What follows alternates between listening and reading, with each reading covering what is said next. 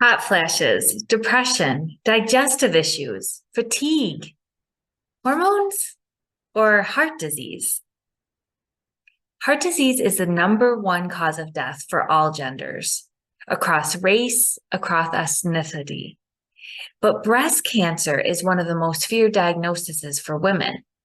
So only about half of women, 56%, are aware of their high risk for this condition. This is especially concerning because women have a greater chance of dying from cardiovascular disease than all other cancers combined. Furthermore, older women who are cancer survivors are much more likely to die from cardiovascular issues than a cancer reoccurrence. Now, in my last video on heart disease, I discussed more statistics on women and cardiovascular disease, why heart disease is so overlooked in women in favor of breast cancer, traditional risk factors for cardiovascular disease, the cholesterol and statin controversies. I went there. Specific risk factors for women's heart health, and the missing link in holistic cardiovascular care. So be sure that if you are interested in learning more about those topics, you click on the link in the video description, which will be there along with the additional resources and references to this actual video, where I'm going to continue on the topic of increasing awareness on the importance of holistically caring for heart health for all genders. I want to discuss a review of factors that impact heart health, overlooked symptoms of heart disease in women, how hormonal and digestive issues can impact cardiovascular disease in females, the underrecognized heart health risk factors for all genders, that's specifically socioeconomics, emotions, and relationships, and then some naturopathic and functional medicine considerations for supporting better heart health in females and males. Now, it's important for you to understand why you need to consider all of these factors when caring for your cardiovascular system, because then it will empower you with choices that you can make on your wellness journey, regardless of your gender, to uplift your heart, your health, and your overall vitality. Now, in this video, I'm going to be talking about males versus females. And I know right now there's a lot with gender and identity, and it is not meant to offend. I'm discussing biological females and biological males. So let's go ahead and get started. So as far as heart disease in men and women and the symptoms, one of the reasons that breast cancer gets more attention from cardiovascular disease is that the specific symptoms and risk factors can be different. So traditional risk factors for both men and women are weight, and this is more of an associative suggestion or link with that more people that have quote unquote obesity are found to have heart disease. This could be for a variety of reasons rather than the weight itself and larger body size, such as stigma, underlying inflammatory issues, or people with lower socioeconomic status, or just other health factors. So just keep that in mind. Smoking has been linked to cardiovascular disease risk, diabetes, high blood pressure, family history, metabolic syndrome, which is the coexistence of high blood pressure, quote unquote obesity, and high glucose and triglyceride levels. High levels of C-reactive protein. Now, C-reactive protein is an inflammatory marker, and this can occur along with other cardiovascular risk factors. Now, specifically for women, things that can impact their heart disease risk are things such as relatively high testosterone, especially prior to menopause, increasing hypertension during menopause, autoimmune diseases such as rheumatoid arthritis. Autoimmune diseases tend to be more common in women than in men. Stress and depression, also more common among women, and low risk factor awareness, which is what I'm hoping to change, because lack of recognition in itself is a risk factor for heart disease. According to Mayo Clinic, there's also more subtle signs that can commonly be overlooked in women and contributed to other conditions besides the heart. Now, whereas chest pain is felt mostly in males and can be felt in women, it's not always as severe and as noticeable in women. And women often describe heart attack pain as pressure or tightness. And it's possible to have a heart attack without chest pain.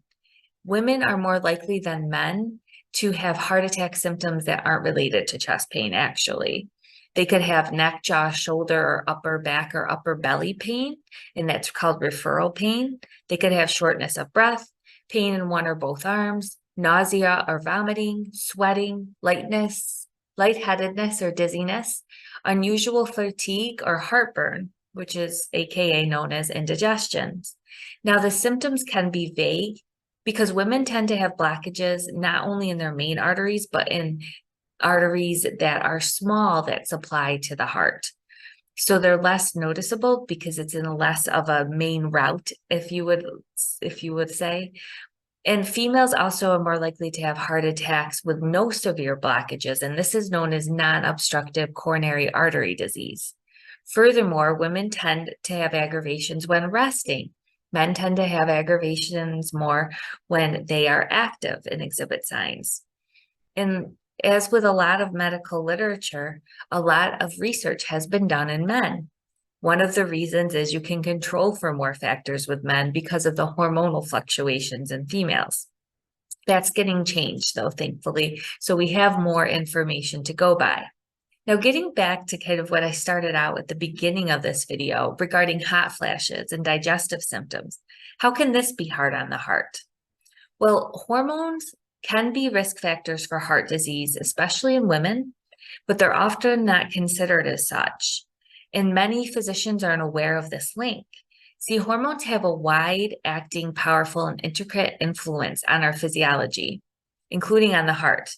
So fluctuations, especially perimenopause, or when a woman is going up and down in their cycles, that can cause some stress on the vasculature system. And the hormones themselves actually impact our blood lipids, our blood pressure, and even our heartbeat regulation. There was a study that actually was released in September of 2019 to the North American Menopause Society from the study of women's health across the nation, the SWAN study. And it found that women who experience persistent or frequent hot flashes may be more likely than women who don't to experience a heart attack or stroke or other serious cardiovascular problems. Frequent hot flashes were defined as having them more than six or more days a week in the previous 2-week period. And women with persistent hot flashes also reported frequent hot flashes as 25% of the study visits. So these hot flashes are often linked to hormones, and they can be a sign that there's stress on the heart and that there is more of a risk factor because of the way that the hormones are fluctuating and that impact on the vascular system. Now, another thing that hot flashes can signify that aren't necessarily hormonal related are blood sugar issues and a raise in stress hormone. So both of these are also risk factors for cardiovascular disease. So either way, it's good to acknowledge that there could be a connection when a woman's going through menopause or perimenopause, experiencing hot flashes, and just to make sure that you're doing extra special care to help obviously feel more comfortable, balance the hormones, balance the stress, balance the blood sugar, and take really good care of yourself and your heart. And we'll get into some more things a little bit later on, how you can care for your heart. Now, what about digestion? Now, the microbiome has been found to impact cardiovascular risk. So when digestive system symptoms can pop up, it can be related to heart function. You can impact heart function because there's digestive symptoms that are impacting the digestion and microbiome. So this is compounded for women because digestion is also influenced by hormones, because hormones impact the GI tract, specifically the motor, sensory, and immune function through their interaction through the neurotransmitters of the gut-brain axis. So Hormones such as estrogen impacts our serotonin, which influences gut motility. And then progesterone influences GABA, which also influences our rest and digest symptoms, as well as there's some relationship to inflammation and immune function with GABA. So as a result, the fluctuations in hormonal levels during the monthly cycle or perimenopause can contribute to alterations in digestive health, digestive symptoms, pain sensitivity, motility, gut permeability itself, inflammation, and immune imbalances. Now, linking digestion and microbiota to hormonal symptoms and then back to the heart is something that a holistic physician will do on a regular basis because they're used to seeing the body and the person in a holistic way. So it isn't just someone's having digestive symptoms, let's deal with those. It's also about what is causing the digestive symptoms and how can we see how those all interact in this array of different processes that go on in the body.